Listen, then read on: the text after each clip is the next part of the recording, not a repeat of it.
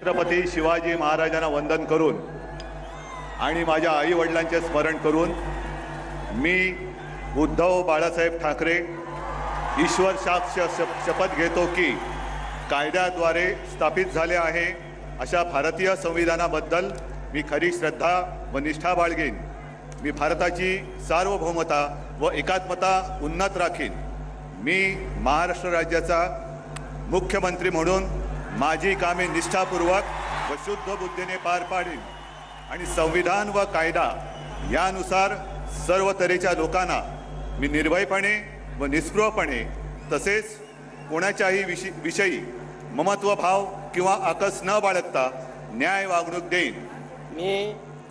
मी उद्धव बाळासाहेब ठाकरे ईश्वर साक्ष शपथ घेतो की महाराष्ट्र राज्याचा मुख्यमंत्री म्हणून माझ्या विचारार्थ आणली जाईल किंवा मला न्याय होईल अशी कोणतीही बाब असा मुख्यमंत्री म्हणून माझी कामे यथायोग्य पार पाडण्यासाठी आवश्यक असेल ते खेरीज करून एरवी मी कोणत्याही व्यक्तीला किंवा व्यक्तींना प्रत्यक्षपणे व अप्रत्यक्षपणे कळवणार नाही किंवा त्यांच्याकडे उघड करणार नाही।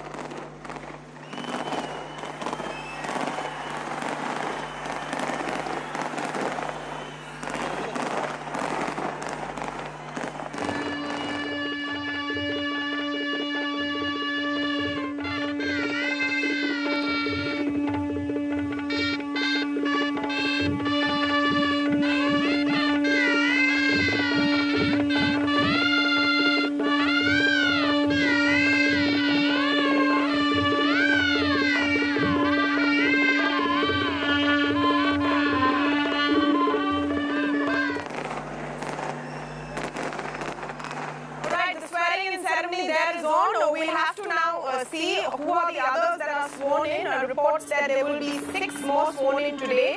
The expansion of the cabinet will take place after the 3rd of December.